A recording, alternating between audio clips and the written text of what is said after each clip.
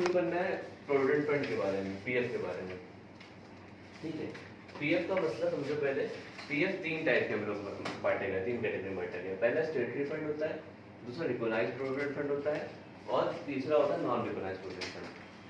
अभी होता क्या है, स्टेटरी प्रोविडेंट फंड बनाया जाता है तुम्हारा किसके लिए? ये सबके लिए नहीं कटता स्टेटरी। स्टेटरी मतलब होता है गवर्नमेंट फंड, वैधानिक बोलते हैं हिंदी में शायद ना। तो ये बनता है इसके लिए तुम्हारा, ये बनता है गवर्नमेंट फंड हमारा, ये गवर्नमेंट एम्प्लॉय के लिए होता है खाली।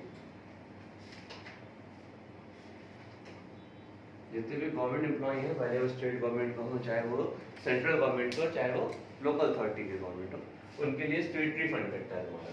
दूसरा फंड होता है तुम्हारा रिकॉग्नाइज्ड प्रोविडेंट फंड, यानी कि आरपीएफ बोलते हैं हम लोग। ठीक है, रिकॉग्नाइज्ड प्रोविडेंट फंड में क्या होता है, ये कटता है किसके लिए? प्राइवेट एम्प्लॉयज के लिए।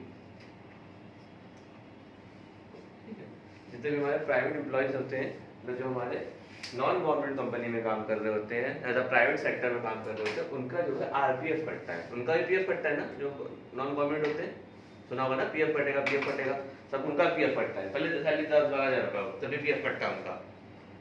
15,000 के ऊपर वालों को करती है, 10,000। हाँ, लिमिट चेंज हुआ करती है अलग अलग। अब तो 15 हो गई है, पहले 10 थी।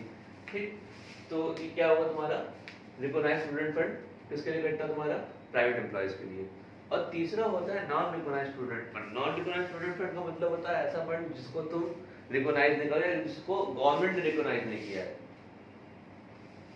गवर्नमेंट की स्कीम होती है, पेंशन योजना ना, पीएफ योजना, इसकी तहत अगर तुम कटवा रहे हो तो ठीक है। तुमने क्या किया, नॉन रिकॉग्नाइज मतलब क्या, तुमने एक सेविंग अकाउंट खुलवाया और अपना पैसा खुद ही काट के जो जमा करा रहे हो। हम भी, मेरा मालिक जमा कर रहा, हम जमा कर रहे। हमने क्या किया, एसएम के लिए 1000 रुपये साहू में जमा कर रहे हैं। हम 1000 रुपये, वो 2000 जमा हो रहे हैं। हमने कर दिया, उसने दिया, तो 2000 उसको मिल रहे हैं। 5 साल के लिए कर दिया, तो वो क्या हो गया, अनरिकॉग्नाइज हो गया। मतलब हमने सोचा खाली पीएफ के लिए कि हाँ ये पीएफ है। तो अनरिकॉग्नाइज्ड प्रोविडेंट फंड का मतलब होता है जिसको कोई भी रिकॉग्नाइज नहीं करता है। एक तरीके से सेविंग अकाउंट में आप पैसे डाल रहे हैं, एम्प्लॉयर भी डाल रहा है, एम्प्लॉय भी डाल रहा है सब पैसे सेविंग अकाउंट में। 1000 रुपये पीएफ समझ लो। कौन जाए वहाँ गवर्नमेंट पास लाइन, लंबी लाइन लगाने और पीएफ के लिए करवाने, क्योंकि पीएफ के लिए, और तुम लोगों ने लेबर लॉ पढ़ा था, पीएफ के लिए मिनिमम कितने होने चाहिए जब पीएफ का बनता है? मिनिमम कंपनी में कितने लोग होने चाहिए जब पीएफ कटेगा?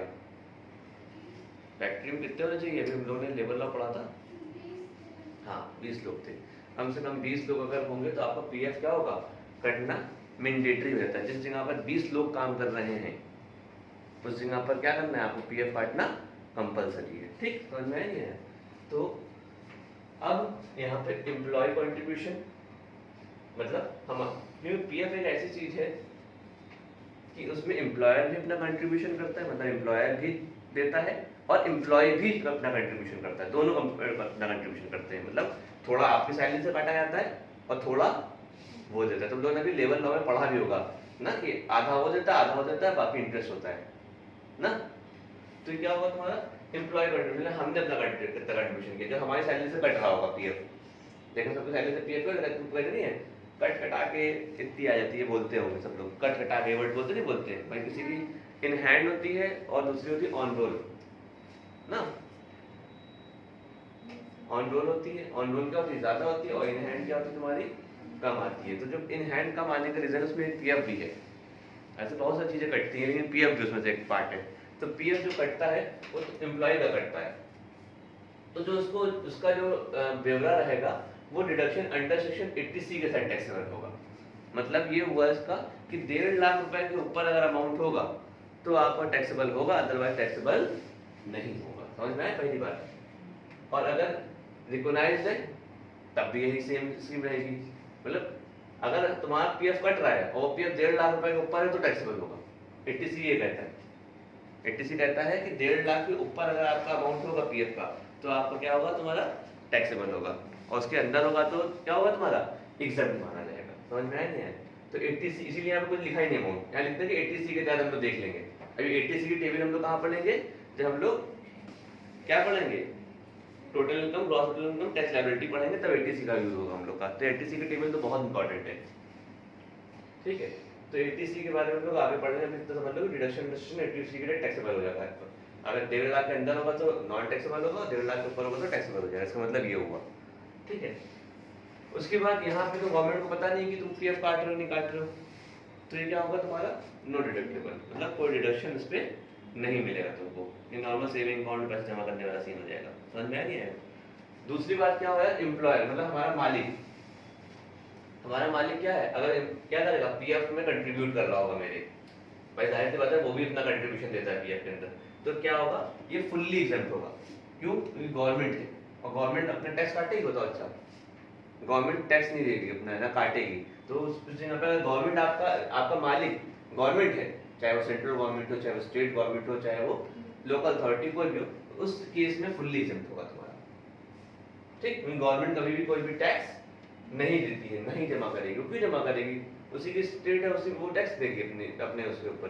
तो यहाँ पे क्या लिखा है, फुल्ली एग्जेम्प्ट, मतलब आपको जो भी दे रहा है गवर्नमेंट पीएफ के रूप में, वो सारा क्या हो जाएगा तुम्हारा, वो सारा एग्जेम्प्ट माना जाएगा। उसके बाद यहाँ पर आ जाते हैं, इस सीन पे आते हैं। यहाँ पर आपका मालिक कौन है? प्राइवेट एम्प्लॉयर, मतलब टाटा है, बिरला है, अडानी है, अंबानी है, कोई भी आपका एम्प्लॉयर है, आप उस कंपनी में काम कर रहे हैं, तो उस जगह में प्राइवेट एम्प्लॉयर हो गया तुम्हारा ना। तो उस केस में तो मालिक जो होगा वो भी प्राइवेट होगा। तो उसमें कह रहा है exempt up to 12% of salary, इसमें माफ होगा, लेकिन कहां तक माफ होगा? खाली 12% ऑफ सैलरी तक माफ होगा। अब इसमें सैलरी डिफिनेशन हम लोग आगे भी पढ़ेंगे, खाली सैलरी का मतलब क्या होता है। तो एग्जेम्प्ट कहां तक होगा तुम्हारा? 12% ऑफ सैलरी तक के माफ होगा। ये याद कर लो, रेट इस रेट में ऑब्जेक्टिव पूछ रहेंगे तुम्हारे पीएफ का, ये आता है 12% सैलरी में कितना एग्जेम्प्ट होता है। तो 12% तक की सैलरी क्या होती है तुम्हारी? एग्जेम्प्ट होती है तुम्हारी सैलरी का 12% तक पीएफ का कंट्रीब्यूशन एग्जेम्प्ट होता है। याद रखना, पीएफ का जो कंट्रीब्यूशन होगा वो 12% से ज्यादा नहीं होना चाहिए। किसके? वो भी 12% के, सैलरी के 12% के ज्यादा होना चाहिए। वो भी हम लोग आगे सवाल में समझ जाएंगे कैसे हम लोग को लगाना है।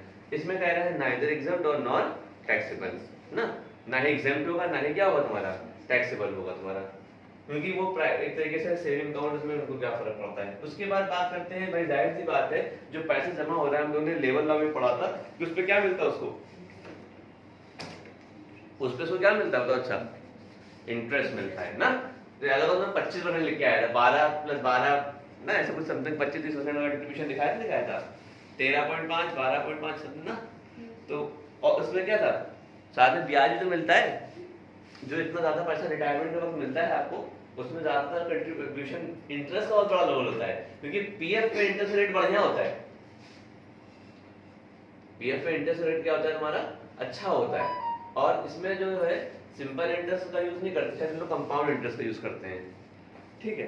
तो इसमें क्या होता है, पीएफ में देखो, अब अगर तुम्हें उसमें ब्याज मिल रहा है तो वो एग्जेम्प्ट होगा कि नहीं होगा, टैक्सेबल होगा नहीं होगा, उसके बारे में बात कर रहे हैं। तो यहाँ पर कह रहा है कि अगर तुम्हारा गवर्नमेंट एम्प्लॉय है तो क्या होगा, भाई जाहिर सी बात है, अगर उसका कंट्रीब्यूशन एग्जेम्प्ट है तो उसका इंटरेस्ट भी क्या होगा तुम्हारा, एग्जेम्प्ट होगा, अगर कोई गवर्नमेंट एम्प्लॉय है, ठीक है।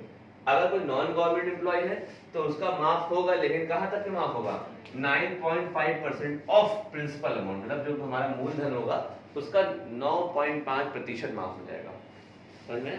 उसका 9.5% माफ हो जाएगा। और इसमें भी ये वाला मतलब नाइदर एग्जेम्प्ट नॉर टैक्सेबल हो जाएगा।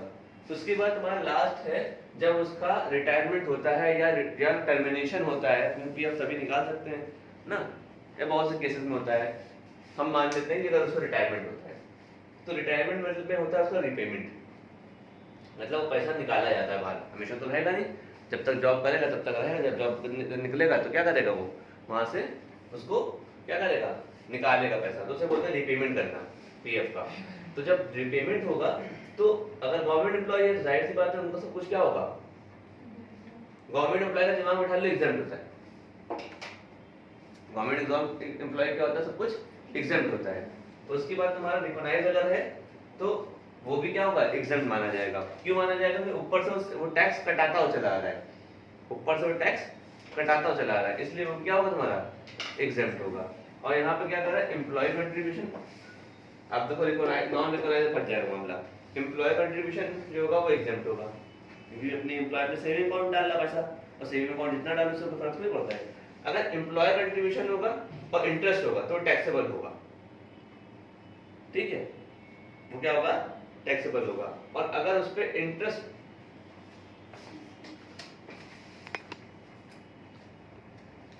ठीक है, ये फुल्ली एग्जाम्प्ट होगा, ये तुम्हारा क्या होगा, एग्जाम्प्ट होगा, क्योंकि ऊपर से कटता हुआ चला आ रहा है, ठीक। और अगर एम्प्लॉय कंट्रीब्यूशन होगा तो क्या होगा, एग्जाम्प्ट होगा। एम्प्लॉयर कंट्रीब्यूशन इंटरेस्ट होगा, क्या होगा वो तुम्हारा टैक्सेबल होगा। और इंटरेस्ट जो रिसीव कर रहे हो तुम उसके ऊपर वो टैक्सेबल होगा अदर सोर्सेज में, ओएस लिखा है, अदर सोर्सेज में टैक्सेबल होगा तुम्हारा वो, ठीक। वो कहाँ टैक्सेबल होगा तुम्हारा, अदर सोर्सेज में टैक्सेबल होगा। अब बात करते हैं हम लोग बेसिक सैलरी की, बात करते हैं कि सैलरी क्या होती है। तो सैलरी में हम लोग बात करते हैं, सैलरी जो सैलरी लिखा हुआ है यहाँ पर, ये सैलरी वर्ड लिखा हुआ है, ये सैलरी का मतलब क्या होता है। इस सैलरी का मतलब होता है बेसिक पे प्लस डीएनएस अलाउंसेस, लेकिन रिटायरमेंट बेनिफिट का। अगर रिटायरमेंट बेनिफिट होगा तो लेंगे, वरना रिटायरमेंट नहीं, वरना नहीं लेंगे। और उसके अलावा अगर हो तो डीएनएस पे, उसके अलावा अगर वो लेंगे तो क्या लेंगे, डीएनएस पे। डीएनएस पे कुछ देखना, देख लेना उठा के। और plus commission on sales, fix percentage होना चाहिए। जो हम लोग कमीशन ऑन सेल या टर्नओवर लिखा होगा, कमीशन ऑन सेल या टर्नओवर लिखा होगा। अब तुम्हें इसको याद करने की जरूरत नहीं है। जो सैलरी होती है आरपीएफ की, यानी कि सर सेल्स सेल्स है, वो सेल्स ही है, उसको सैलरी नहीं है, सेल्स ही है, वो सही कर लो, ठीक है। जो आरपीएफ की सैलरी होती है, यानी कि रिकॉग्नाइज्ड प्रोविडेंट फंड की सैलरी होती है, इसको आरपीएफ ही बोलते हैं हम लोग। आरपीएफ की सैलरी होती है वो एचआरए की सैलरी बराबर होती है। ये वही सैलरी जो एचआरए की थी, देखना जो एचआरए हमारा था उसकी सैलरी की डेफिनेशन सेम थी। तो आरपीएफ की सैलरी याद करने की जरूरत नहीं है, एचआरए की सैलरी आरपीएफ की सैलरी होती है, ठीक है।